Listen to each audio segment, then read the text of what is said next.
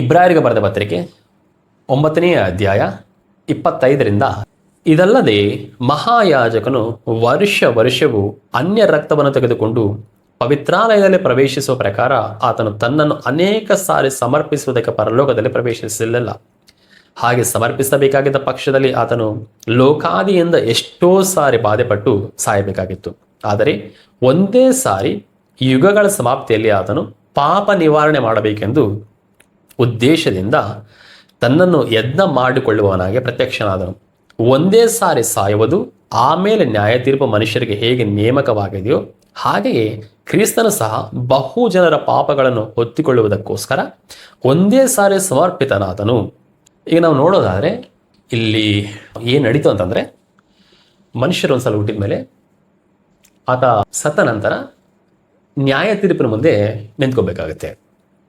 ಇಲ್ಲಿ ಇನ್ನೊಂದು ಜನ್ಮ ಅನ್ನೋದು ಏನೂ ಇಲ್ಲ. ಒಂದ್ಸಲ ಹುಡ್ತಾನೆ, ಸತ್ತ ಮೇಲೆ ನ್ಯಾಯ ತೀರ್ಪು.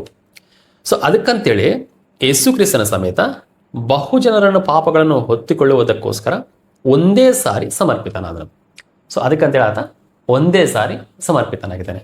ಅದು ಸಮೇತ ಟೈಮಿಂಗ್ ನಾವು ನೋಡೋದಾದರೆ, ಆದರೆ ಒಂದೇ ಸಾರಿ ಯುಗಗಳ ಸಮಾಪ್ತಿಯಲ್ಲೇ ಆತನು ಪಾಪ ನಿವಾರಣೆ ಮಾಡಬೇಕೆಂದ ಉದ್ದೇಶದಿಂದ ತನ್ನನ್ನು ಯಜ್ಞ ಮಾಡಿಕೊಳ್ಳುವವನಾಗಿ ಪ್ರತ್ಯಕ್ಷನಾದನು.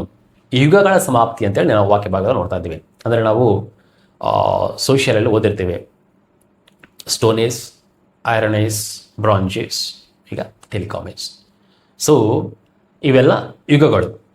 ಈ ಯುಗಗಳ ಸಮಾಪ್ತಿಯಲ್ಲಿ ಆತ ಪ್ರತ್ಯಕ್ಷನಾಗಿದ್ದಾನೆ ಅಂತೇಳಿ ವಾಕ್ಯ ಹೇಳ್ತಾ ಇದೆ. ಅಂದರೆ ಈಗ ನಾವು ಯಾವ ಯುಗದಲ್ಲಿ ಇದ್ದೀವಲ್ಲ, ಈ ಯುಗ ಆದಮೇಲೆ ಬೇರೆ ಯುಗ ಇಲ್ಲ, ಇದೆಲ್ಲ ಯುಗ ಸಮಾಪ್ತಿ. ಸೊ ಅದಕ್ಕೆ ಆದ ಈ ಒಂದು ಯುಗ ಸಮಾಪ್ತಿಯಲ್ಲಿ ಪ್ರತ್ಯಕ್ಷನಾಗಿದ್ದಾನೆ ಅಂತೇಳಿ ವಾಕ್ಯ ಭಾಗದಲ್ಲಿ ನಾವು ನೋಡ್ತಾ ಇದ್ದೇವೆ.